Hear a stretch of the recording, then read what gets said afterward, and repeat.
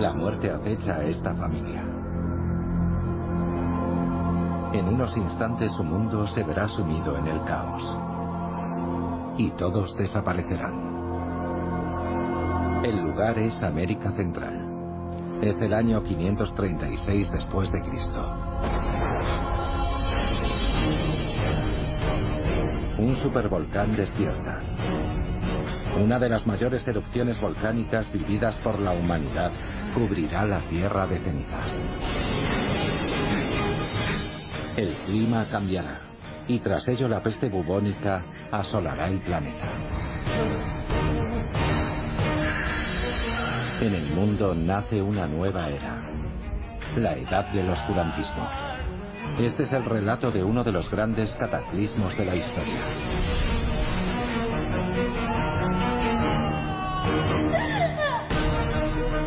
Grandes cataclismos, desastres que cambiaron el mundo.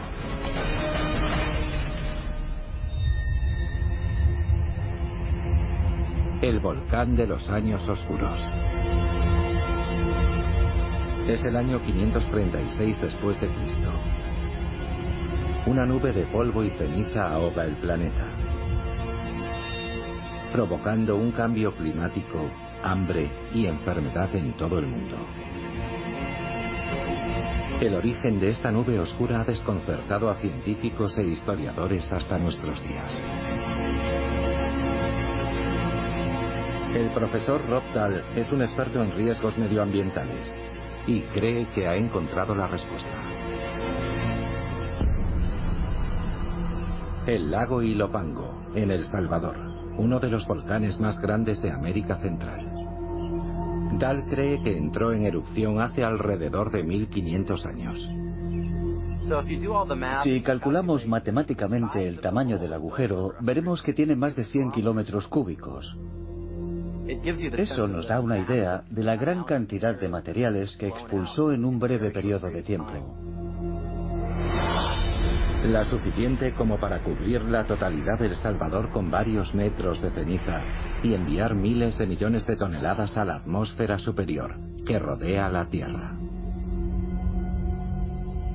Si nuestras estimaciones son correctas,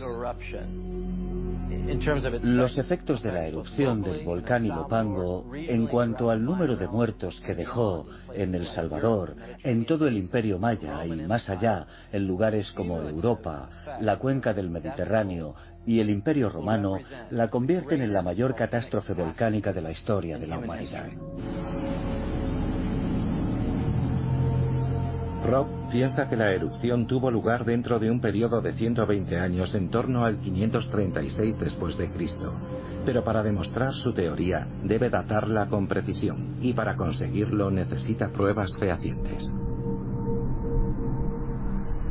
La erupción del Ilopango dejó un depósito profundo de ceniza blanca en todo El Salvador que todavía cubre el país. Este depósito tiene alrededor de 1 metro de grosor. Aquí tal vez unos 90 centímetros y si seguimos midiendo 1, 2, 3, hay por lo menos 4 metros. Parece casi arena de playa, es muy fina. Esta parte parece arcilla y continúa hasta arriba. En algún lugar entre estas capas, Rob espera encontrar pruebas que no solo demostrarán su teoría, sino que también reescribirán los libros de historia.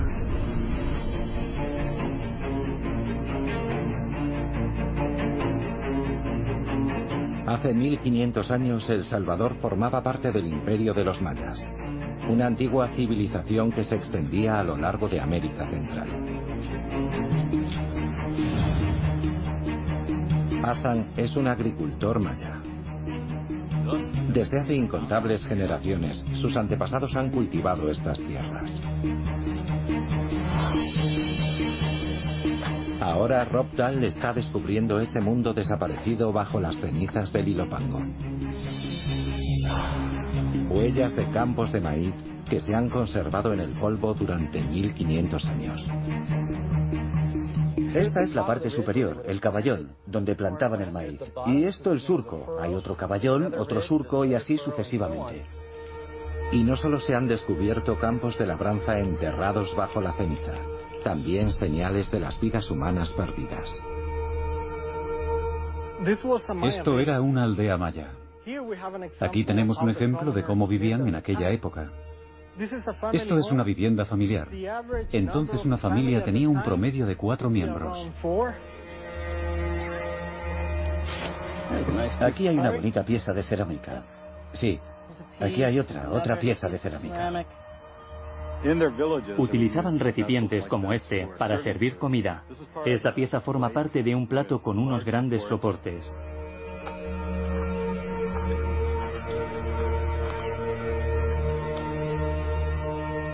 Pero el vínculo que une a Hassan con su tierra es precario. La frágil existencia de su familia está sujeta al capricho de fuerzas más allá del control de cualquier hombre. El Ilopango es una caldera, uno de los tipos de volcán más intensos y poderosos que conoce la ciencia moderna. A 5 kilómetros por debajo del nivel del lago se encuentra la cámara de magma, un depósito de roca fundida donde se va acumulando la presión hasta que estalla una erupción. Es un volcán activo y llega un momento en que se produce demasiada presión y revienta. Hace 1500 años, bajo las tranquilas aguas del lago Ilopango, se alcanzó el punto de no retorno. Si tu instinto de supervivencia es bueno, huyes.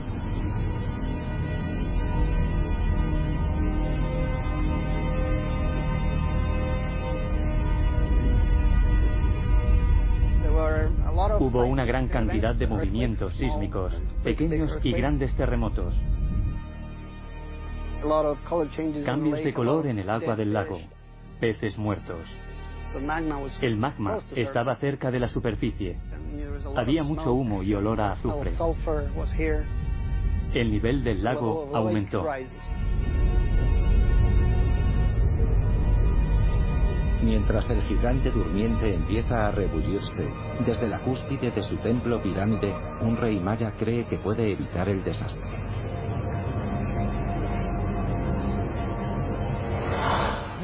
Aquí tenemos un ejemplo de su tecnología de afilado. Esto es un trozo de obsidiana. Está muy afilada. Con esta cuchilla te puedes cortar con facilidad.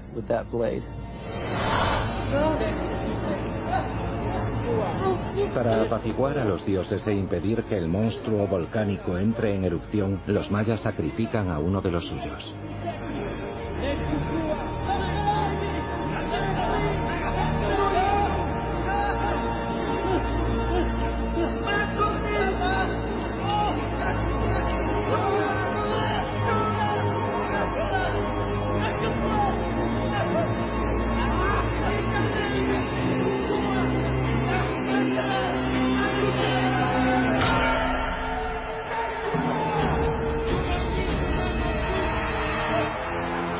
Arrancan el corazón de la víctima de su cuerpo y lo queman a modo de ofrenda.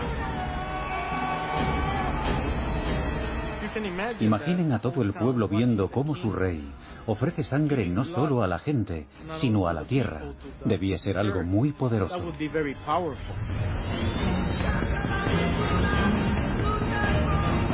Pero no importa cuánta sangre se vierta, nadie puede parar al volcán.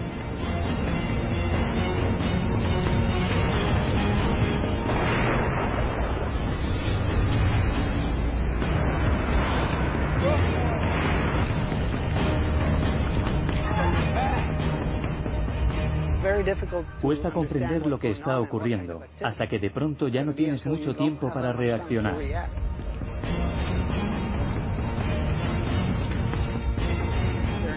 No son ciegos, lo verán, lo sentirán y empezarán a preocuparse. Algunos se irán y otros no.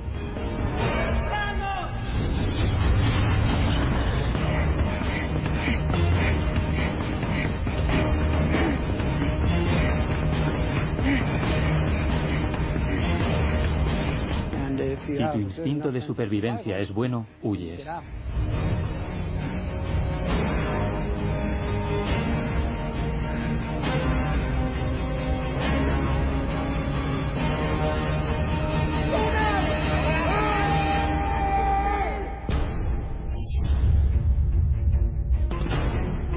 En En el otro extremo del mundo está Constantinopla, capital del Imperio Romano en el siglo VI. Este es el emperador, Justiniano el Grande. No sabe nada de los mayas ni del volcán que ha entrado en erupción. Pero en el año 536 después de Cristo, él también ve la nube de ceniza. Una advertencia desde los cielos de que su mundo está a punto de cambiar para siempre. Lo que vino después fue realmente terrible.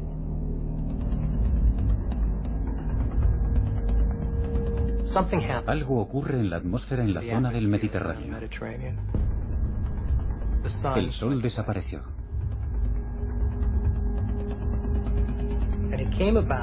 Este año tuvo lugar la señal más temible, porque el sol iluminaba sin brillo, como la luna.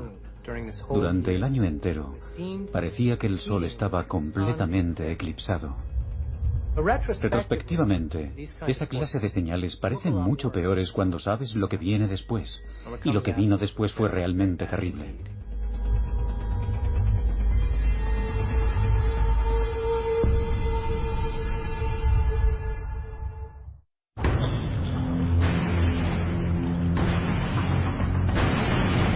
Estamos en el siglo VI después de Cristo.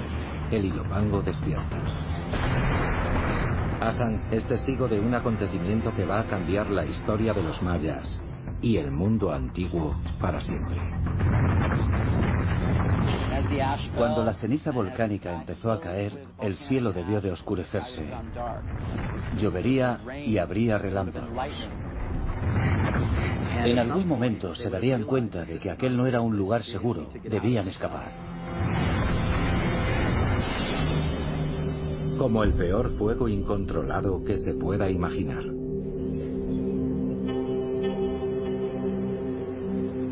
En el subsuelo de la ciudad de San Salvador, Rob Dahl descubre pruebas de los terribles primeros momentos de la erupción del Ilopango.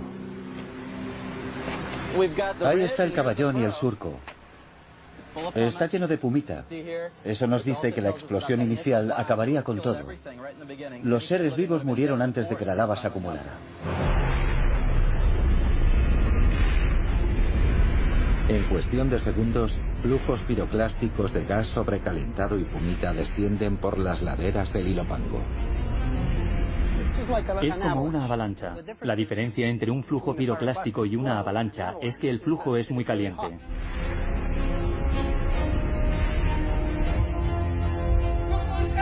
Los caballones se desintegrarían como si pasara un huracán. Se destruiría la parte superior.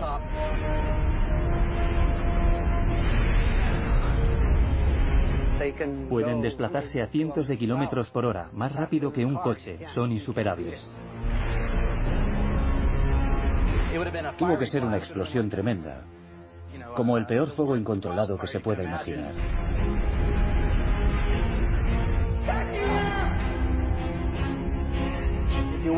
Si esperas hasta que el volcán tenga ese tipo de actividad, es demasiado tarde.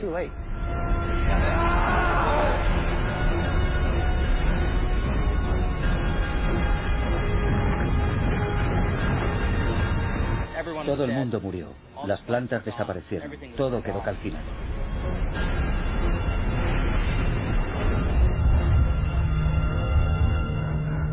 El flujo piroclástico cubre un área de 2000 kilómetros cuadrados alrededor de la caldera. Nadie sobrevivió en esos 2000 kilómetros cuadrados. Entre 40.000 y 80.000 personas murieron instantáneamente. Fuera de esa zona mortal, Asan sobrevivirá.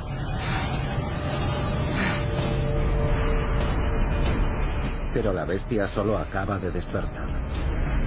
La caldera comienza a expulsar cenizas y aerosoles de ácido sulfúrico.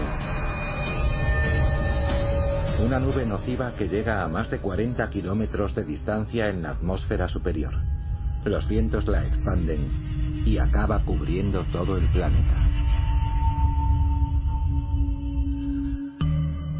La mayor anomalía climática en los últimos 2000 años.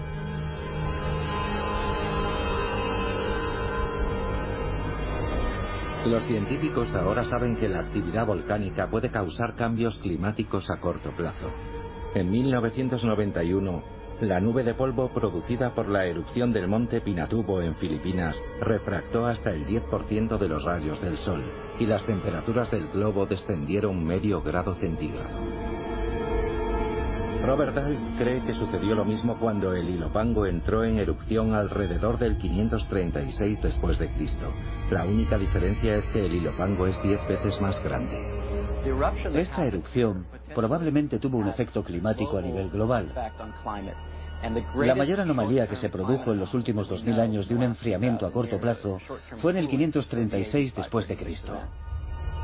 Los científicos tienen constancia de la existencia de este hecho, porque han encontrado evidencias en los anillos de crecimiento de árboles centenarios hallados en América del Norte, Europa e Irlanda. Este árbol estaba simplemente creciendo, pero de pronto hay una serie de anomalías en su crecimiento, como se ve en las zonas donde cambia el color, en las que los anillos son demasiado estrechos. Por lo tanto, este árbol fue sometido a estrés. Está claro que fue algo muy inusual, que afectó negativamente a los árboles. El hecho de que se produjera simultáneamente en una serie de árboles indica que fue un acontecimiento a gran escala. Los primeros síntomas de la enfermedad. Mientras una nube de ceniza envuelve la tierra, en la frontera del Imperio Romano en África hay una bacteria microscópica que ha permanecido oculta durante miles de años. Pero al descender las temperaturas, el demonio despertará de su sueño, se agitará y se multiplicará. Es la bacteria que causa la peste bubónica. La peste no se conoce en Europa, pero el descenso en las temperaturas globales le abre las puertas y penetra en el corazón del Imperio Romano a lomos de una rata negra.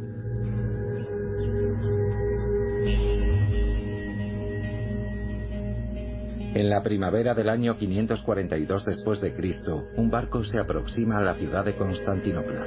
Transporta un cargamento desde África del Norte.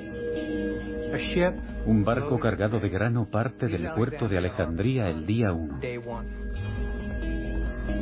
Las ratas que viajan a bordo están infectadas con la bacteria. Cuando llevan 2 o 3 días de travesía, un marinero empieza a mostrar los primeros síntomas de la enfermedad. Los primeros síntomas de la peste bubónica son fiebre, escalofríos y a veces delirios cuando la fiebre es muy alta. No se sabe por qué. Entonces nadie entendía realmente la etiología de ninguna enfermedad. No saben por qué se enferma. Aire impuro, maldición divina. Cuando el barco atraca en el puerto, en el extremo sur de la ciudad de Constantinopla, la infección se ha propagado entre todas las ratas de a bordo, y 2 o 3 marineros han muerto.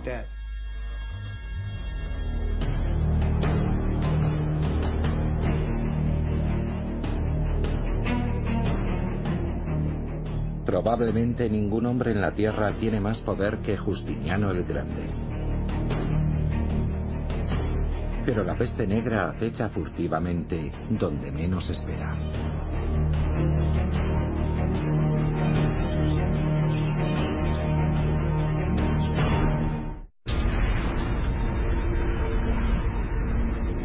Estamos a mediados del siglo VI después de Cristo. Uno de los mayores volcanes de América Central entra en erupción y expulsa la ceniza suficiente como para cambiar el curso de la historia de la humanidad. Según nuestras estimaciones, el volumen total de los materiales que fueron expulsados de la caldera fue de unos 84 kilómetros cúbicos. ¿De acuerdo? Era un volumen tremendo, sin precedentes en esta parte del mundo desde que está habitado por humanos. Todas las estructuras eran muy frágiles.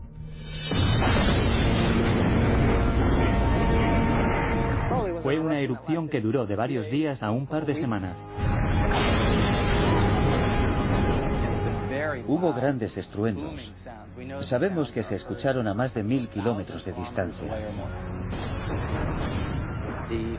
La ceniza que empezó a acumularse era de color blanco, algo que nunca habían visto. Obviamente, lo primero que haces en un caso así es ponerte a salvo en tu casa.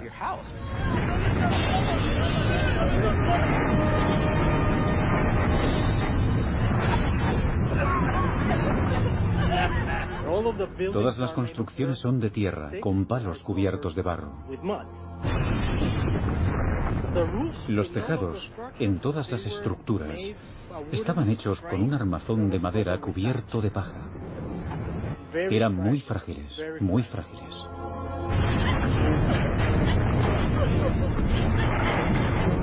Lo que quizás no supieran es que la ceniza se acumularía en los tejados de sus viviendas.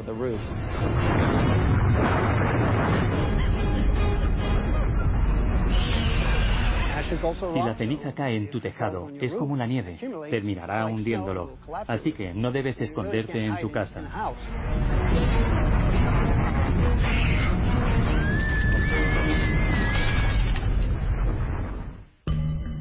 El año en que tuvo lugar la erupción. A 15 kilómetros de distancia de la caldera, el profesor Robert Dahl quiere demostrar que la erupción del Ilopango tuvo lugar en torno al 536 después de Cristo y provocó un cambio climático global. Aquí es. Necesita pruebas más contundentes de la zona cero, algo que date la erupción con precisión. La muestra ideal para datar la erupción del Ilopango sería un árbol que estuviese creciendo en el momento en el que se produjo la erupción y que hubiese enraizado en la tierra ese mismo año. Vaya, es extraordinario, fíjate. Este árbol creció en la época de la erupción. Quizás había un bosque más extenso con árboles de este tamaño. Miren esto. Hay pumita incrustada en las grietas del árbol. Casi puedo oír el crujido que hizo al quebrarse. No hay duda de que este árbol vivía en la época de la erupción. Si somos capaces de llegar hasta el centro del árbol, podremos fechar ese acontecimiento con precisión, con un poco de suerte, con un margen de error de un par de décadas. Eso nos permitiría averiguar si la erupción causó la gran nube de ceniza que cubrió el hemisferio norte en el 536. Un asesino silencioso.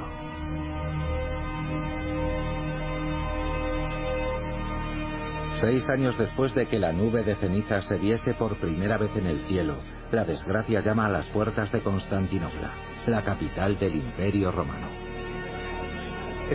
Era una ciudad pequeña, como 3/4 partes de la isla de Manhattan. Imaginen a 500.000 personas viviendo ahí, en edificios de no más de 4 pisos de altura. Las calles y los bazares estarían atestados día y noche.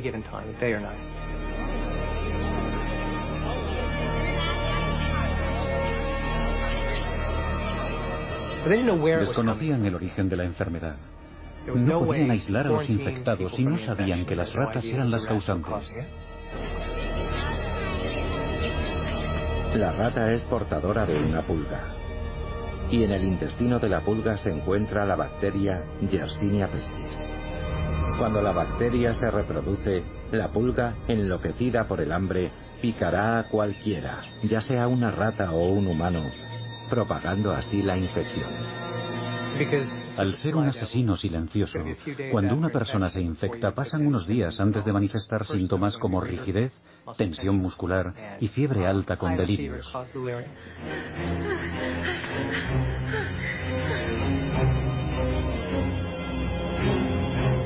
Como un ladrón furtivo, la peste bubónica se desliza entre los muros de palacio y ataca en el feudo de Justiniano el Grande.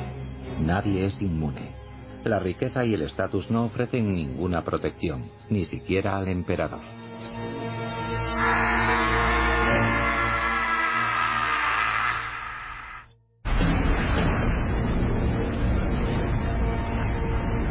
Esta es la tierra de los mayas. Aquí es donde los antepasados de Hassan han vivido durante más de 2000 años.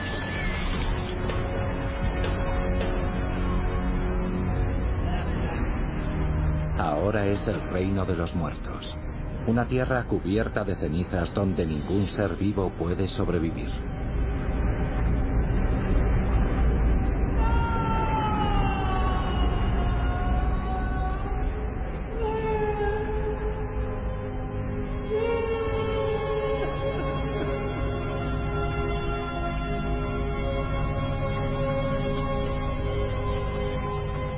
Estamos hablando de 400.000 personas desplazadas, refugiados que intentaron escapar. Las probabilidades de que una gran mayoría lograse salir con vida son muy escasas.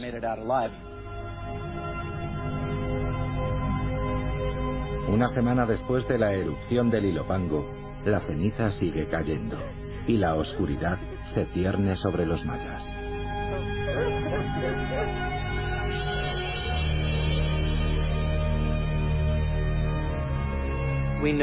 Según estudios modernos, sabemos que los depósitos de tefra o de ceniza de 10 a 20 centímetros son devastadores para la agricultura. Cuando la gente comenzó a marcharse, muchos no tenían alimentos almacenados ni acceso a agua potable. Estaban en un infierno. Solo podían huir y llegar a un lugar que estuviese relativamente a salvo de los efectos de la ceniza, y para eso tenían que caminar varios días. A menos que hubieran recogido maíz y otros alimentos para el camino, no dispondrían de suficientes provisiones para llegar muy lejos. Supongo que la mitad, o quizás muchos más, murieron mientras intentaban salir de la zona.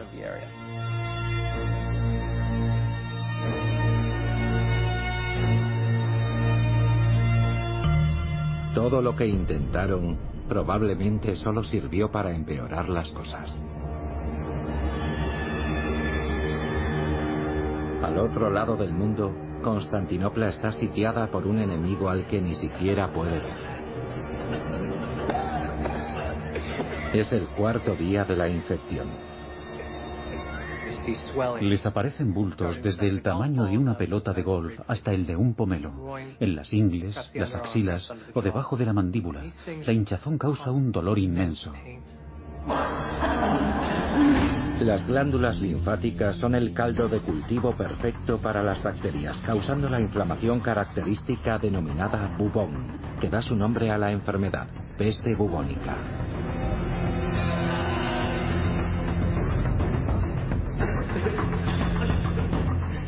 Sabemos que en esa fase de la enfermedad muchos se suicidaban.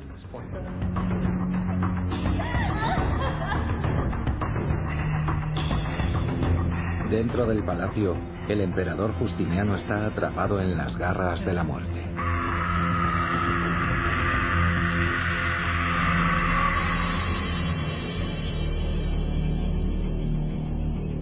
Él es el hombre que había restaurado la gloria del antiguo imperio romano, y ahora está dispuesto a entregar su reino por una cura.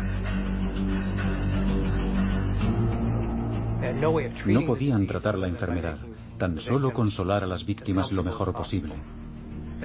Aparte de eso, todo lo que intentaban solo servía para empeorar las cosas.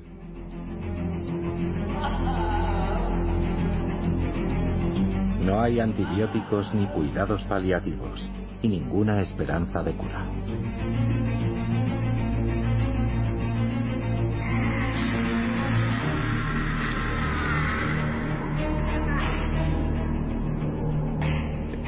Dependiendo del estadio de la enfermedad, se puede desarrollar gangrena.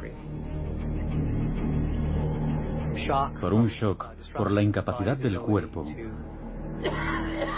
Para que la sangre fluya hacia los miembros, las extremidades se ennegrecen, causando mucho dolor. Si se extiende, se produce septicemia y el cuerpo se convierte en una especie de cultivo bacteriano. Las extremidades se ennegrecen, salen hinchazones en ingles y axilas, y la sangre brota de cada orificio.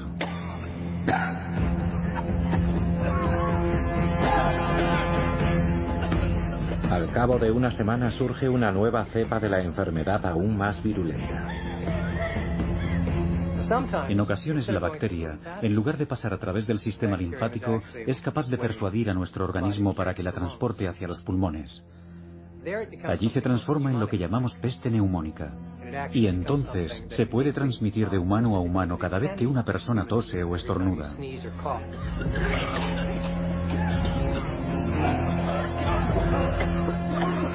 La peste neumónica es mortal si no se trata.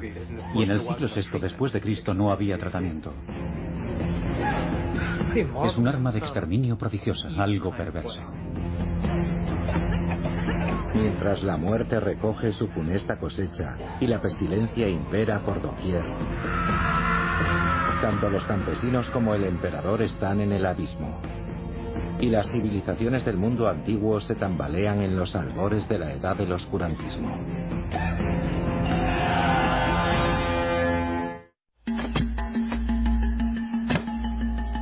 Este árbol ha permanecido enterrado bajo la ceniza durante los últimos 1500 años.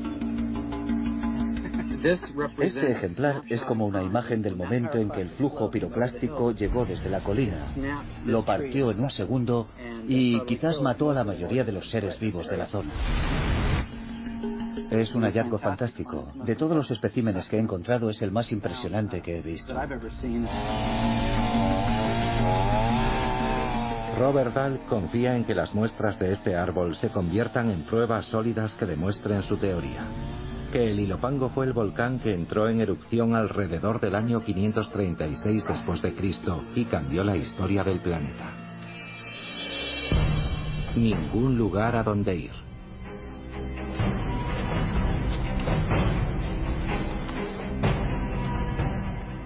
La gente huyó, pero lo que no sabían es que no había ningún sitio a donde ir, en el que refugiarse después de la erupción.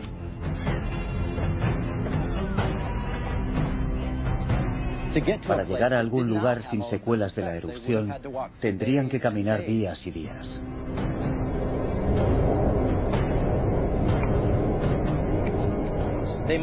Es posible que decidieran ir donde viviera algún pariente o a otra aldea, pero lo que ignoraban es que la situación era igual o peor que la suya.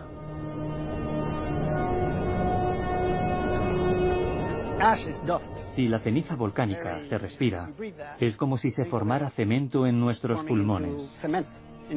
De hecho, respirar ceniza puede provocar la muerte.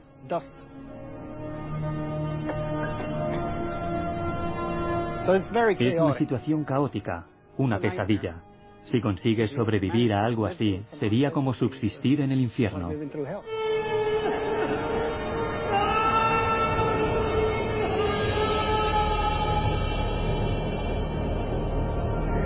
El dolor se siente en todo el planeta.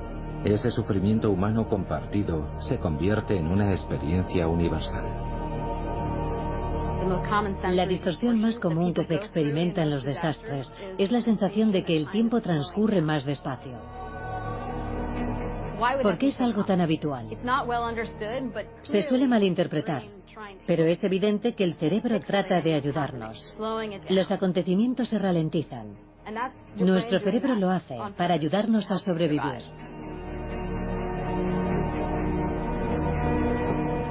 Las tumbas se llenaron. Decenas de miles de personas se amontonaban en fosas abiertas. Y bastaba con que el viento soplase para que todos se enfermasen de nuevo. Y es fácil imaginar por qué.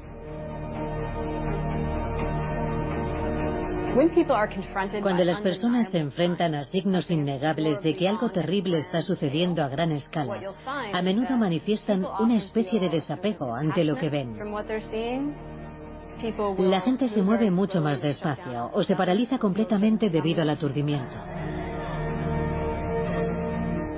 Hay algo casi artificial en nuestra manera de experimentar un desastre. Nos cuesta asimilar lo que sucede y tenemos una sensación de irrealidad, como en una película.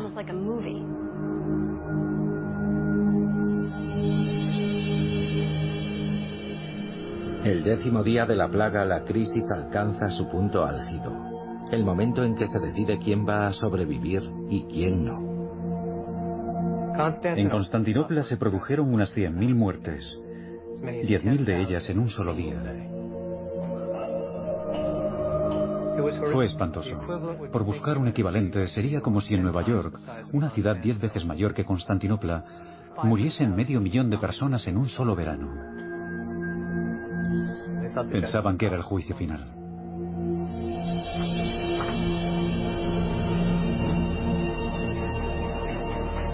Y es un juicio que está a punto de trasladarse a todo el mundo conocido.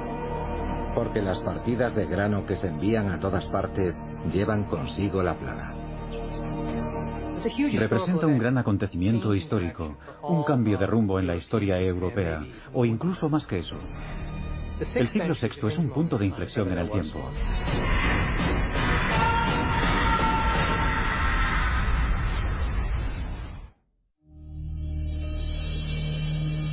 Esta muestra de árbol puede resolver uno de los mayores enigmas de la historia. ¿Qué causó la catástrofe global del año 536 después de Cristo? Para los científicos, no hay duda de que ese enfriamiento tuvo lugar. Se ha hablado del misterioso episodio de ese año durante décadas. Rob Dahl cree que el culpable fue el hilo Pango. Sin embargo, hasta ahora los científicos solo han podido situar la erupción en un lapso temporal de 120 años. En algún momento entre el año 420 y el 540 después de Cristo. Es un margen demasiado amplio para ser concluyente. Ahora, con esta nueva muestra, Rob cree que podría estar al borde de un gran descubrimiento. Es el árbol que desenterramos en El Salvador por debajo de la ceniza de la erupción del Ilopango.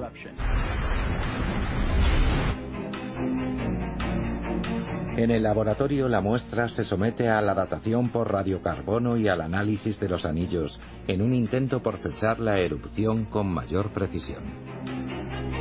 Los resultados ya están disponibles. Es muy emocionante. Hemos reducido el margen a 4 décadas. Ahora sabemos que ocurrió en un periodo situado entre los años 500 y 540 después de Cristo. Tiene que ser la erupción que causó el episodio del año 536. No hay otra posible explicación. Causaría el colapso absoluto de la sociedad moderna. Hace 1500 años una nube de ceniza cayó sobre América Central.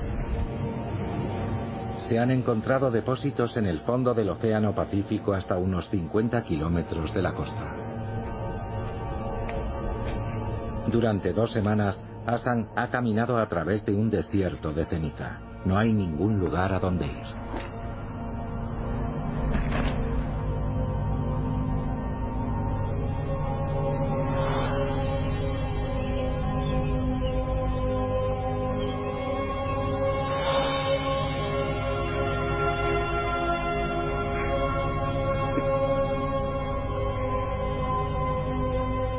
La erupción del Ilopango coincide con lo que se conoce como el colapso maya, un vacío en los hallazgos arqueológicos en el que las ciudades y las pirámides fueron abandonadas a su propia ruina. En El Salvador pasarán al menos otros 100 años antes de que se establezcan en la región nuevos pobladores. Los objetos y utensilios domésticos en las viviendas de antes de la erupción, incluida la cerámica, serían muy diferentes, con casi ningún nexo de continuidad con los que habría en las viviendas de los pobladores que llegaron después de lo ocurrido en Ilopango. Esto desaparece.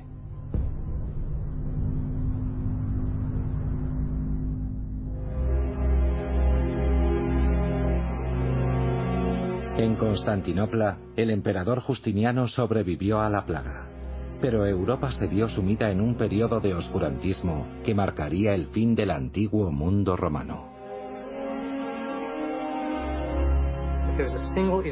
Lo que destruyó los planes de Justiniano de reunificar y revitalizar el Imperio Romano fue la llegada de la peste a Constantinopla. A finales del siglo VI había 25 millones de personas menos en la cuenca mediterránea que a principios del siglo VI. Y todo por la peste. No es casual que los escritos sobre la antigüedad tardía acaben en la época de Justiniano y que comiencen a aparecer historias del mundo medieval con su muerte.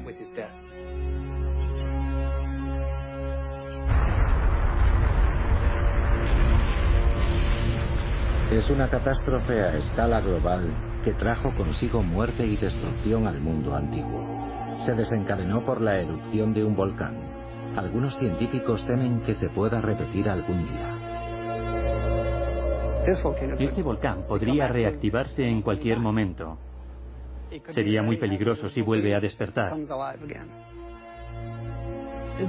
Eso no quiere decir que vaya a ocurrir en un futuro cercano. Hay suficientes evidencias de que no entra en erupción con mucha frecuencia, pero debemos estar pendientes por si acaso. Mi familia y yo nos iríamos de inmediato.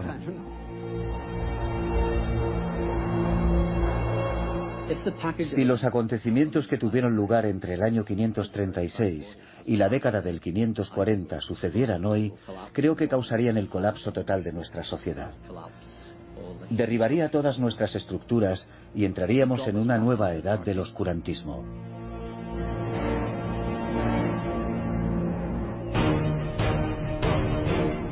Las civilizaciones del mundo antiguo ofrecieron sacrificios a sus dioses.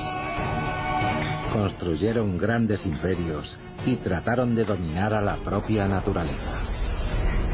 Pero cuando sobrevino el apocalipsis del volcán, el mundo que conocían llegó a su fin, dando paso a la edad del oscurantismo, la erupción del Ilopango, uno de los grandes cataclismos de la historia.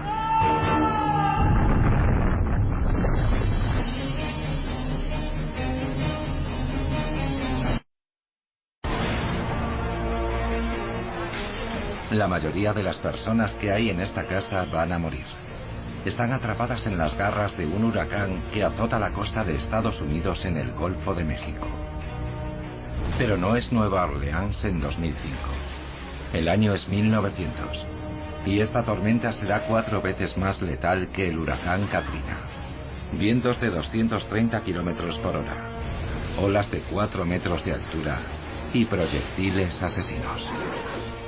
Este es el relato del desastre natural más mortífero de la historia de Estados Unidos, el huracán de Galveston, uno de los grandes cataclismos de la historia. Grandes cataclismos. Desastres que cambiaron el mundo. La mayor catástrofe de Estados Unidos. En la mañana del 8 de septiembre de 1900, el huracán se encuentra a 150 kilómetros de la costa, pero en Galveston los cielos están despejados. Este hombre es Isaac Klein, director de la Oficina Meteorológica de Galveston.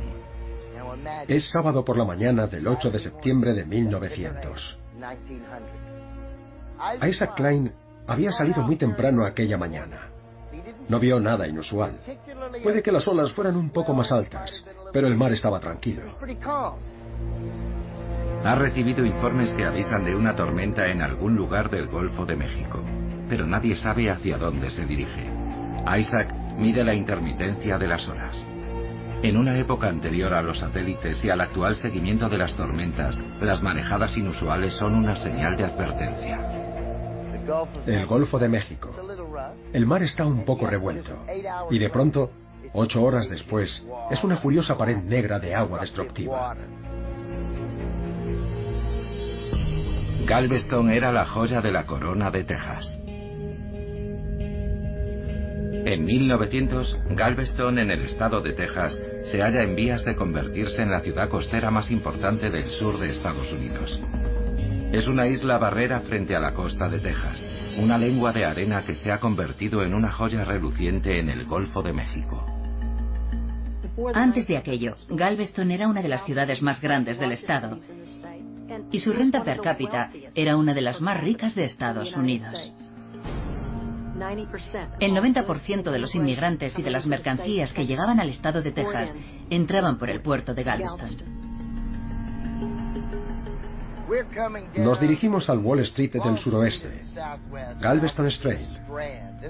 Este era el corazón del distrito financiero. Había algodón, seguros, banca financiera, banca mercantil, comercio minorista, de todo. En la actualidad, Galveston es una sombra de lo que fue, y durante la mayor parte del año parece una ciudad fantasma. Pero todavía se pueden encontrar vestigios de un pasado más glorioso. Hay un castillo alemán en esta esquina, muy gótico, muy ornamentado, porque la gente tenía dinero. Casi todo lo que ocurría por primera vez en Texas tenía lugar en Galveston. Fue la primera ciudad de Texas que tuvo electricidad y también la primera en tener teléfono. Había incluso un tranvía que hacía un recorrido por la playa. Era la ciudad más moderna de Texas. Era un lugar fantástico, la joya de la corona de Texas. Y de la noche a la mañana, todo cambió. Ninguna tormenta, de cualquier magnitud. Isaac Klein fue destinado a Galveston una década antes de la tormenta. Era uno de los meteorólogos más importantes del país. Este es el edificio Levy, el lugar donde se encontraba la oficina de meteorología de Galveston en la época de la tormenta de 1900. Los instrumentos estaban aquí, en la azotea. Había pluviómetros, termómetros, dispositivos para medir la humedad y un anemómetro para medir los vientos. Hay varias torres de pisos por aquí, pero este es uno de los más altos, así que era el más adecuado. La panorámica de la isla es completa, este, sur, oeste y norte. Estamos frente al puerto y la bahía. Joseph, el hermano menor de Isaac, es su ayudante. Ambos son científicos y forman parte de una generación que considera que las nuevas tecnologías allanan el camino hacia el futuro. Hay fortunas por hacer en el oeste americano, y Galveston es la puerta de entrada a este nuevo mundo de riquezas. Poco después de llegar, las autoridades locales piden a Isaac que evalúe las probabilidades de sufrir un gran huracán en Galveston. Escribió un ensayo antes de la tormenta de 1900, diciendo que ninguna tormenta produciría daños en Galveston, debido a la gran pendiente que descendía hacia el mar, ya que se encontraba en un ángulo de 45 grados respecto al Golfo, como si los huracanes solo viajaran en línea recta. Isaac informa: aquí una gran tormenta destructiva es improbable. Galveston está a salvo. Las autoridades locales respiran aliviadas. Pero en realidad, Galveston es un lugar catastrófico en potencia.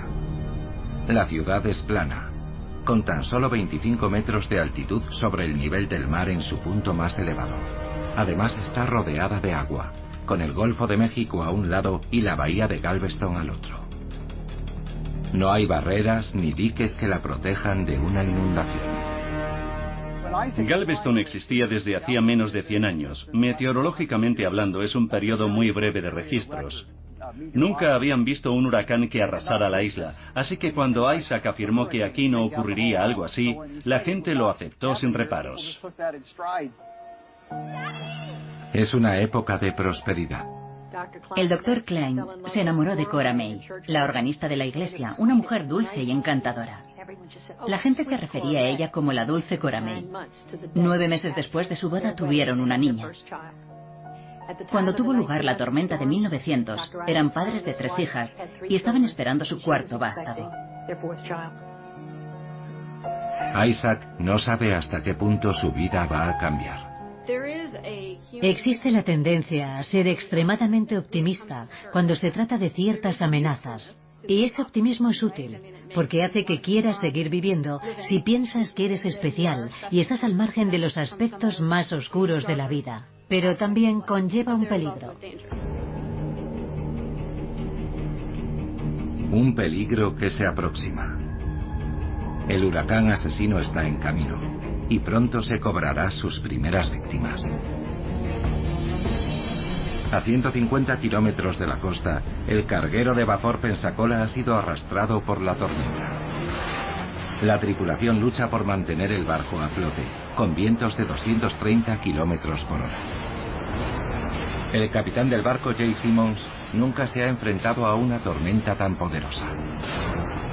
Un huracán de esta fuerza puede lanzar agua desde 40 metros por debajo de la superficie del océano y crear olas tan altas como un edificio de 10 pisos. Si las olas rompen el casco, un barco de este tamaño podría hundirse en 5 minutos. En una época anterior a las comunicaciones, el capitán no tiene forma de pedir ayuda o de avisar a otros de la llegada de la tormenta. La trayectoria del huracán se dirige a Galveston. Es 1900. Galveston quedará destruida en cuestión de horas. Texas no es ajena a los huracanes. En los últimos 150 años se han producido más de 60 en su territorio. Pero entre todos ellos destaca la gran tormenta de 1900 y el huracán Ike del año 2008, que golpeó a Galveston con toda su dureza. Este acabó con la vida de 195 personas y causó daños por valor de 38.000 millones de dólares. Mark Davison estuvo allí y sobrevivió a duras penas. Aquí estaba mi casa, en Crystal Beach, antes del huracán Ike. Ahora mismo estaría en el garaje. En esa zona estaba el lavadero. Aquí tenía mi taller de trabajo y en el piso de arriba había una habitación. La cocina estaba en esa zona, el salón y mi habitación estaba ahí. Eso eran mis cosas. Es una sensación extraña. Ahora es todo basura. Esto es lo que queda. Para esto es para lo que he vuelto a casa. Entonces es cuando nos tenemos que preocupar por las tormentas en Texas. El huracán Ike guarda una gran similitud con la tormenta de 1900. Tenían la misma intensidad y siguieron el mismo trayecto. Observando el Ike, podremos comprender mejor el comportamiento de la gran tormenta de 1900 y por qué fue tan mortífera. El huracán Ike nació a 7.000 kilómetros de distancia. El aire de África es el vivero donde se forman todos los huracanes del Atlántico. Durante la temporada estival, de junio a octubre, zonas atmosféricas de mal tiempo, cúmulos de vapor de agua y tormentas se desplazan desde África en dirección oeste hasta el Caribe. Habrá entre 70 y 100 zonas de mal tiempo en ese periodo, pero solo 12 formarán un ciclón tropical, ya que tienen que confluir muchos factores. Pero lo que convirtió al Ike y a la tormenta de 1900 en algo excepcional fue su comportamiento inusual después de atravesar el Atlántico. Cuando las tormentas se aproximan a América, se encuentran con sistemas meteorológicos que influyen en su trayecto. Cuando se forma una tormenta, el desplazamiento es similar a un río. Muchas veces ese río gira y arrastra las tormentas hacia el interior del Atlántico o hasta la costa de Estados Unidos. Los científicos llaman recurva al giro que el huracán efectúa en dirección norte, y la mayoría de las veces se produce en algún punto entre los meridianos 75 y 85. Eso es justamente lo que Isaac Klein creía en 1900, que los huracanes giraban en dirección norte mucho antes de llegar a Texas. Ahora sabemos que no siempre sucede así. A veces el río llega en línea recta hasta el Golfo de México. Entonces, las tormentas son peligrosas en la costa de Texas. En 2008, una zona atmosférica de alta presión oscureció la mayor parte de Estados Unidos. Impidió que el huracán Ike girase en dirección norte y colocó a Galveston en su punto de mira. Lo mismo que ocurrió en 1900. Una tormenta de intensidad moderada. El huracán Ike se pudo seguir desde el cielo. La Fuerza Aérea de Estados Unidos dispone de un escuadrón de aviones especializados llamado Hurricane Hunters que puede acceder al interior de las tormentas. Nosotros, desde nuestros aviones, somos los ojos y los oídos de los meteorólogos. Atravesamos los huracanes para determinar qué ocurre en la tormenta o cómo cambia de intensidad. El avión que ven a mis espaldas es actualmente el único en el mundo capaz de recabar toda esa información. Nosotros formamos parte del sistema de alerta, determinando con exactitud dónde está el huracán. Se deben conocer las condiciones atmosféricas, la temperatura, la presión barométrica, los vientos. Todos esos datos se envían al centro de huracanes. Ellos emiten un pronóstico basándose en esa información. Así se salvan vidas. Pero en 1900 los aviones no existían. El seguimiento de tormentas lo realizan hombres como Isaac y Joseph Klein. Todo lo que pueden hacer es realizar observaciones locales y registrar los datos: velocidad del viento y presión del aire. La Oficina Meteorológica de Estados Unidos tiene una estación similar en Cuba. Es el último lugar desde el que se observa la tormenta antes de dirigirse mar adentro. Vino de Cuba y podía ser una fuerte tormenta tropical o un huracán de baja intensidad. Tras recibir el informe de Cuba, la Oficina Meteorológica de Washington envía un telegrama a todas las oficinas regionales, incluida Galveston. Dice: una tormenta de intensidad moderada se dirige hacia Florida y se espera que gire en dirección noroeste alejándose de Texas. Isaac recibe el telegrama. Lo que no sabe es que está totalmente equivocado. Está a punto de golpear la costa y va a hacerlo con fuerza. 7 de septiembre de 1900. Hace 2 días que la tormenta salió de Cuba. Ha viajado a través de aguas abiertas y ahora va a chocar contra el barco de vapor Pensacola. Y ha ocurrido algo. La tormenta ha aumentado 10 veces en intensidad. Hay algo que nosotros llamamos intensificación rápida, y es cuando hay una tormenta cerca de la costa que no es muy poderosa, pero que de pronto se convierte en un huracán violento, mucho más potente de lo que anticipamos. La intensificación rápida se produce cuando los huracanes pasan por zonas de aguas cálidas y profundas. El verano de 1900 fue inusualmente cálido. En algún lugar del Golfo, aguas sobrecalentadas han canalizado cantidades enormes de energía que se han acumulado en el corazón de esta tormenta, convirtiéndola en un monstruo. En algún lugar, mientras cruzaba el Golfo, la tormenta de 1900 sufriría una intensificación muy fuerte y rápida, que transformó el debilitado huracán y lo elevó a la categoría 4 antes de tocar tierra. Ni siquiera hoy día tenemos herramientas para pronosticar la intensificación rápida con gran precisión. El capitán Simmons y su tripulación luchan contra vientos de 230 km por hora y ráfagas de lluvia como púas de puercoespín. No hay señales de apaciguamiento. Un siglo después, lo que vivieron en el Pensacola lo experimentó Joseph Pusey, tripulante de un barco de buceo con el huracán Ike. El capitán dijo: no tiene mala pinta, es solo un huracán, quizás de categoría 2. Llegué anoche de Los Ángeles y me llamaron para que ayudara en el barco Odyssey. Vamos a llevarlo a la bahía alta de Galveston, donde intentaremos mantenerlo fuera del oleaje causado por el huracán. Esperamos poder salvarlo. Yo no sabía que íbamos a estar en la bahía de Galveston, capeando aquella tormenta, así que saqué mi cámara y empecé a grabar. Porque si yo no sobrevivía, a lo mejor mi cámara sí lo hacía y podía contar la historia. Vamos a aguantar la tormenta. Hay 3 anclas en la parte de proa. Así que cuando echamos las anclas, nos metimos dentro a ver las noticias, y entonces supe que el huracán ocupaba todo el Golfo.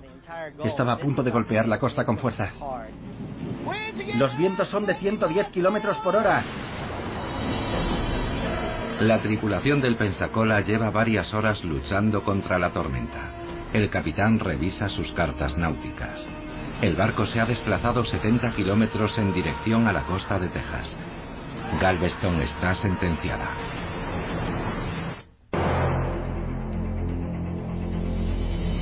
...8 de septiembre de 1900... ...10:30 de la mañana... Isaac Klein pasea por la playa de Galveston. La tormenta se aproxima... ...y las olas son cada vez más grandes. Al regresar a la oficina meteorológica... ...recibe otro telegrama de Washington. Dice que la tormenta no ha virado hacia el noroeste como se había previsto, sino que se encuentra en el Golfo de México, avanzando lentamente hacia la costa de Texas. En el telegrama no se menciona la palabra huracán. No les gustaba utilizar palabras como huracán, ciclón o tornado. La gente se ponía nerviosa.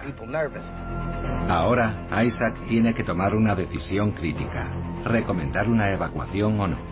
A ese mismo dilema tuvo que enfrentarse la alcaldesa de Galveston 108 años después, durante el huracán Ike. Siendo oriunda de Galveston y conociendo la historia de la tormenta de 1900, sabía que lo mejor que podía hacer la población era marcharse. Esta era una tormenta tan potente que era necesario que la población se fuera de aquí. Yo sabía por el viento, las olas y por las mareas que íbamos a tener problemas, serios problemas. La lluvia caía de lado y el anemómetro marcaba 90 y tantos kilómetros por hora. Entonces me di cuenta de que aquello no era una aventura cualquiera. Mi vida estaba en juego. Aquello podía ser lo último que hiciera. Con el Ike, las autoridades de Texas emiten una nueva advertencia nunca utilizada hasta entonces. Los residentes de viviendas unifamiliares se enfrentan a una muerte segura si no evacúan el lugar. No tenía ni idea de que esto podía sucederme a mí. 1 de la tarde, 8 de septiembre de 1900. Los bordes exteriores de la tormenta golpean Galveston. La lluvia cae en ráfagas y las calles comienzan a inundarse. Isaac iza la bandera de advertencia de tormenta en la azotea del edificio meteorológico, pero pocos se percatan de ello. Galveston sabe lo que es sufrir el impacto de fuertes tormentas, y no hay razones para pensar que esta será peor. Isaac intenta tranquilizar a los residentes. Les sugiere que alejen del suelo sus objetos de valor y les aconseja que busquen un refugio. Cuando se trata de desastres naturales, la gente no se prepara para lo peor, ni siquiera lo esperan. Si vas a cualquier lugar donde hayan muerto muchas personas a causa de un huracán dirán, no tenía ni idea de que esto podía sucederme a mí. Pero a medida que el día avanza, los vientos son más fuertes. La tormenta se aproxima desde el ángulo más destructivo posible. Los vientos del lado derecho de un huracán son los más potentes. Este se aproxima ligeramente hacia la parte izquierda del centro de la ciudad. No podría ser peor.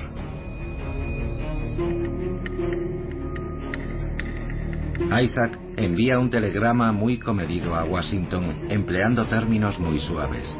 Un nivel tan alto de las aguas con vientos opuestos nunca se había observado con anterioridad. Su mensaje es tan moderado que no dispara ninguna alarma.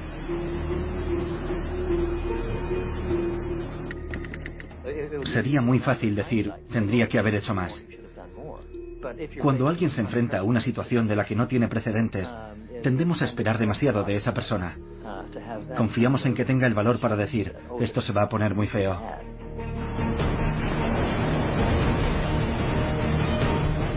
Durante el huracán Ike, después de que las autoridades dieran la orden de evacuación, algunas personas optaron por permanecer en sus casas. Entre las 2 y las 3 de la tarde, el nivel del agua alcanzó entre 1,5 y 2 metros de altura. Pude ver cómo los peces nadaban alrededor de lo que solía ser mi patio. El agua subió hasta la base de mi plataforma, que estaba a unos 2,5 metros. Así que entré en casa y me colgué al cuello la chapa de mi perro, porque pensé que si perecía en la tormenta, podrían identificarme. El principal problema de la mayoría de la gente en todos los países del mundo, antes y durante un desastre, es una reacción tardía a la catástrofe. Y no es porque sean estúpidos. La razón es que nuestro cerebro está programado para no aceptar lo que está sucediendo. Algo así no puede suceder aquí. 3:30 de la tarde. A pesar de los vientos huracanados y de que en las calles el agua ha alcanzado una altura de 30 centímetros, los hombres se reúnen para almorzar en el salón y café de Ritter. Han visto ya otras tormentas fuertes y la vida continúa. Muchos hombres de negocios solían reunirse en este local, que era conocido como el salón y café de Ritter. Y ese día todos contemplaban cómo el agua lavaba los adoquines mientras comentaban, hoy sopla un poco de viento. El agua había alcanzado ya un cierto nivel por el empuje de la corriente. Entre los comensales había un caballero llamado Spencer. Estaba con un amigo y este le comentó, oye, acabo de fijarme en que hay 13 personas en el café. Y él le contestó, no soy supersticioso. Poco después el viento de la tormenta, que arreciaba cada vez más, arrancó de cuajo el tejado. De repente, la enorme presión que penetró en el interior separó el armazón que sostenía los laterales del edificio y el techo se vino abajo, aplastando a la mitad de las personas que se encontraban en este salón. Entró el agua y murieron varias personas, entre ellas el señor Spencer. La gran tormenta de 1900 ha cobrado sus primeras víctimas y miles de personas están en peligro. Rápidamente se extendió el rumor de que este edificio se había derrumbado y de que quizás el pequeño vendaval era algo mucho más serio de lo que Isaac Klein, el hombre del tiempo, había descrito como algo así no puede suceder aquí. El salón de Ritter se encuentra a solo 1,5 manzanas de la oficina de Isaac. Cuando este se abre paso a duras penas por las calles inundadas, resulta evidente que la tormenta empeora a cada instante, y ahora sabe que su exceso de confianza ha puesto a miles de vidas en peligro. Sábado, 8 de septiembre de 1900. Un huracán que según las previsiones debía adentrarse en el Atlántico gira en dirección oeste hacia el Golfo de México y llega a Galveston, Texas. Ahora el huracán desarrolla una nueva característica letal: la marejada ciclónica. Una elevación de las aguas que sumerge poco a poco la ciudad. Intentaré explicar lo que es una marejada ciclónica de forma sencilla. El viento empuja las olas hacia la superficie y el agua inunda los terrenos situados a poca altura sobre el nivel del mar. Esta es la primera elevación de las aguas. Luego, a medida que se acerca el ojo del huracán, se produce una segunda elevación que rompe sobre la costa. En el año 1900 no se conocía lo que originaba las marejadas ciclónicas y no se podían predecir tales fenómenos. Galveston se está inundando. Isaac envía a Joseph a llamar a la Western Union de Houston, ya que las líneas telegráficas están cortadas. Este mensaje consigue llegar. Las aguas del Golfo suben rápidamente de nivel. La mitad de la ciudad está inundada. Justo después las líneas telefónicas se cortan. Las comunicaciones se han interrumpido. Pasarán días antes de que alguien sea consciente de la magnitud de la destrucción. Ellos no pueden hacer nada más. Isaac sale de la oficina y se dirige a su casa para proteger a su familia, en medio de un huracán peor de lo que él jamás hubiera imaginado. La casa de Isaac Klein está a 3 manzanas del Golfo de México, y es una de las casas mejor construidas de Galveston. Isaac ha dicho siempre con orgullo que es a prueba de tormentas.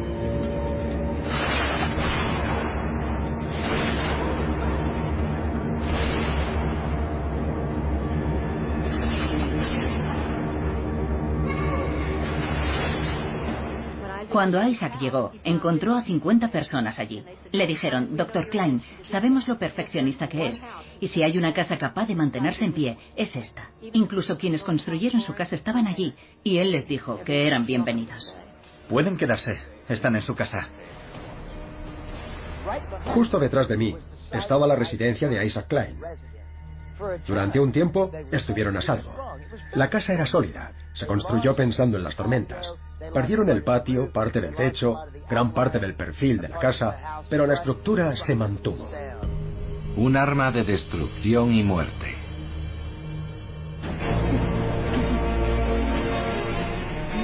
Los habitantes de Galveston piensan que las cosas no pueden empeorar más, pero se equivocan. Vientos de 200 kilómetros por hora arrastran por el aire una lluvia letal de escombros.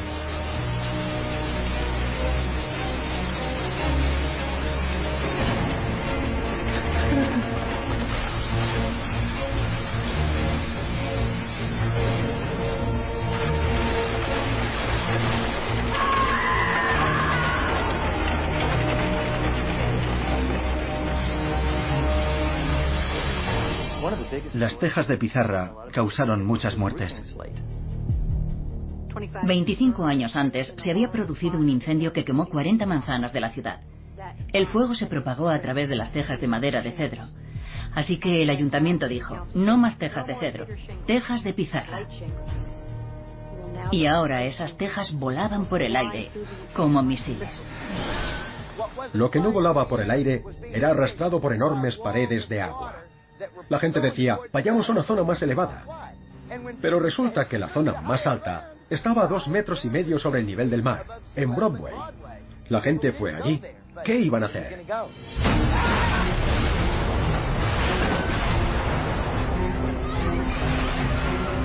Dentro de la casa de Isaac, el agua ha alcanzado los 60 centímetros en el piso principal.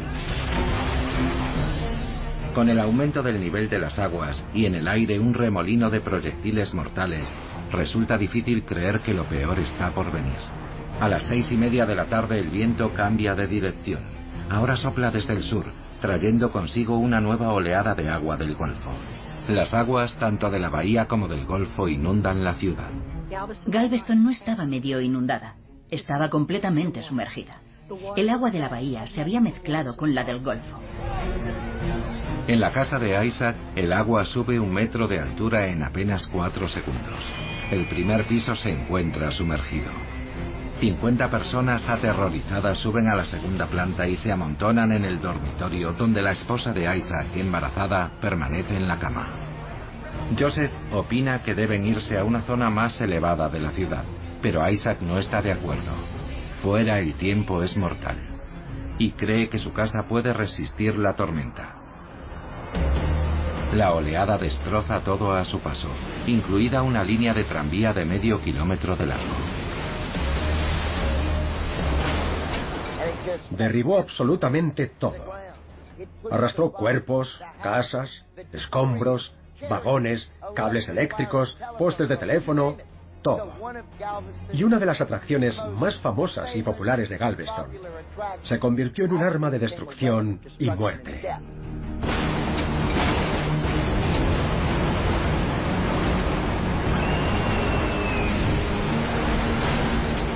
Arrancó la residencia de los Klein de sus cimientos y luego la casa se hundió como una roca.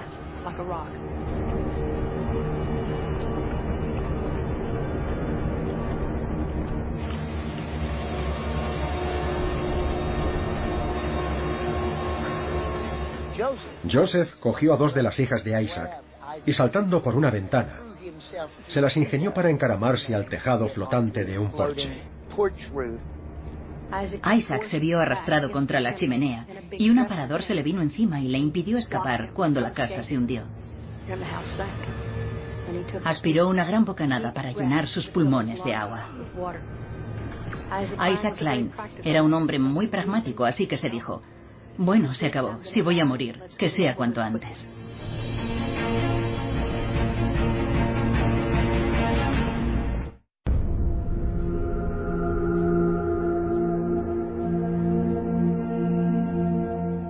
Aquí, en el histórico distrito de Leaston, se puede sentir el peso de la historia.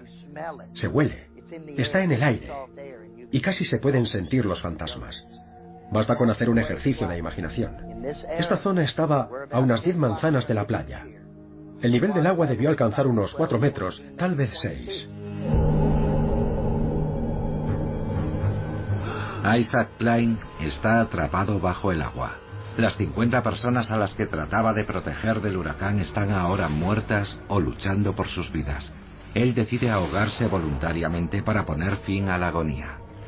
Pero el destino tiene algo distinto reservado para él. Cuando recobró el sentido, su cabeza estaba por encima del agua. Tenía una gran viga de madera detrás de él y otra en perpendicular contra su pecho que obligaba al agua a salir. Klein se encuentra en medio de un remolino de agua y viento, y su familia ha desaparecido. Hubo un relámpago, y en medio del resplandor vio a su hija de 6 años.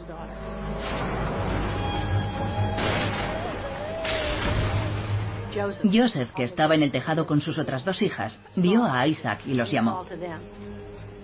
Isaac se asió a un trozo del tejado, subió a su hija menor y luego se aupó él mismo. Volvían a estar juntos. Miró a su alrededor y no vio a nadie más. Y había 50 personas en la casa. Entre los desaparecidos está su esposa embarazada, Cora May. ¿Dónde está la ciudad? Después de horas flotando a la deriva, encallan a solo 4 manzanas del lugar donde una vez se levantaba su hogar. Encuentran una casa y se arrastran dentro. Son de los pocos afortunados que sobrevivieron esa noche.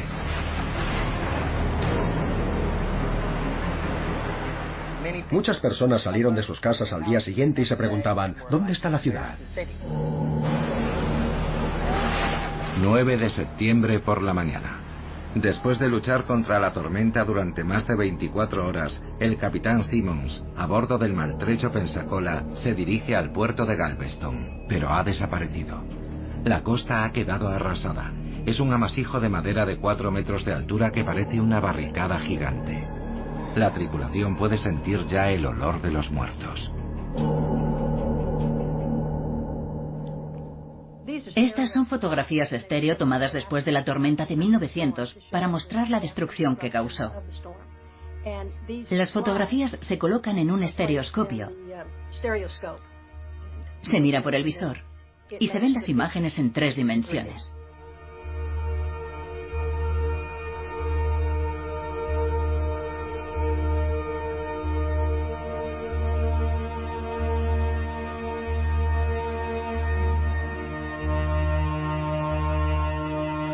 Un ayudante de Thomas Edison se encuentra casualmente en la ciudad y graba imágenes del puerto devastado de Galveston. Es uno de los primeros documentales de la historia. Las imágenes grabadas en 1900 se repiten en 2008, después del huracán Ike. Cuando conseguimos desembarcar, el panorama era desolador. Había cientos de barcos en tierra firme, veleros aquí y allá. El barro inundaba las calles. Era horrible. Si sobreviví fue gracias a la misericordia de Dios.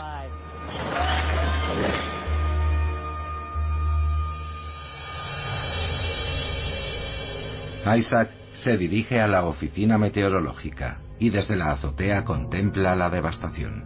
Hay cuerpos por todas partes, a millares. Pronto descubrirá que de las 50 personas que se reunieron en la casa que él había declarado a prueba de huracanes, solo han sobrevivido 18, y Cora May, su esposa, sigue desaparecida.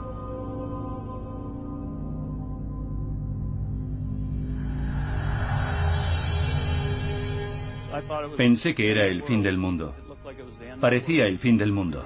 En el huracán Ike, Mark Davison nadó durante 17 horas y sobrevivió milagrosamente para poder contarlo. Sentí emociones muy diferentes a la vez. Estaba triste porque pensaba que iba a morir. Y estaba feliz porque todavía estaba vivo. Pensaba en mi familia, en mi mujer, en mis hermanos. Me preguntaba si alguna vez volvería a verlos. Al día siguiente, la gente se encontró con un mar absolutamente plano y un hermoso cielo color perla. Un día apacible. Era como si la naturaleza se sintiera culpable por lo que había sucedido la noche anterior. Yo no he sido. Y entonces comenzaron a encontrar los cuerpos. La gran tormenta de 1900 fue el peor desastre natural de la historia de Estados Unidos. En una noche, una sexta parte de la población fue aniquilada. Al menos 8.000 personas murieron en el huracán. Algunas estimaciones elevan la cifra a 12.000. Parecía una escena medieval, hasta las carretas que transportaban los muertos. Cuando la carreta pasaba, echaban allí sus cadáveres. Era atroz.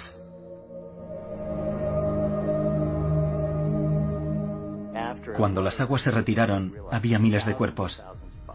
La primera idea fue enterrarlos en el mar, así que los pusieron en barcazas y los tiraron por la borda.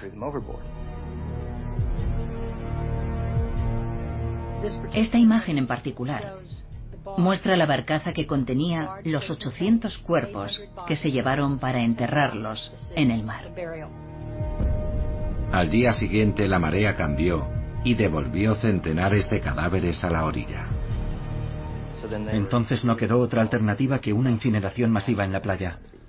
Tuvieron que quemarlos.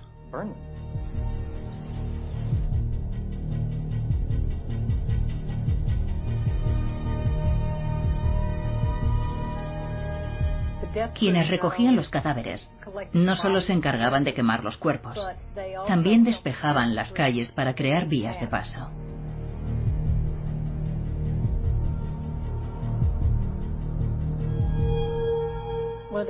Una de las imágenes más dramáticas muestra a una mujer con la colada en una cesta caminando a través de los escombros. La calle ha sido despejada a ambos lados y se ve que la montaña de escombros es más alta que ella.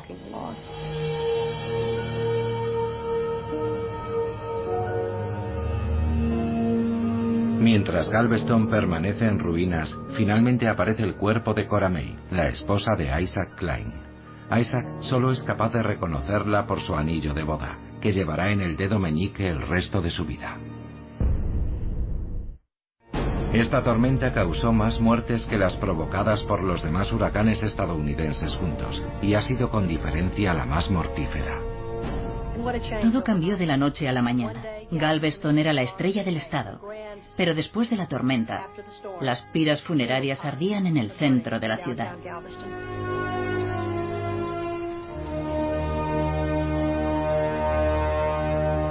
Isaac es enviado a Nueva Orleans para que continúe sus investigaciones sobre los huracanes y las mareas ciclónicas que causaron la destrucción de su ciudad y la muerte de su esposa.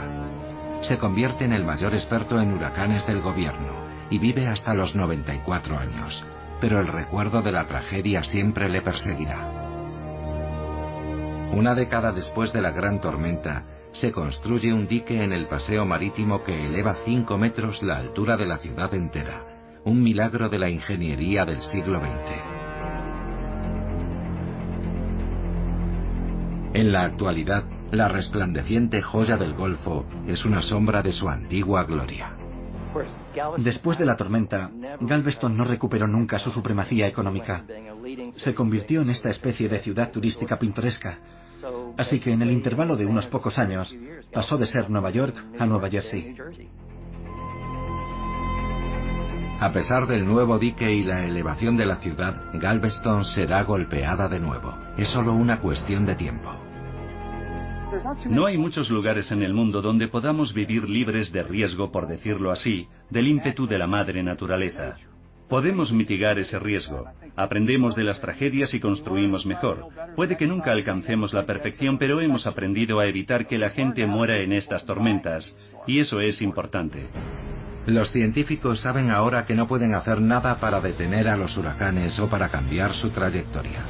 Solo pueden aconsejar que se evacúe a la población afectada.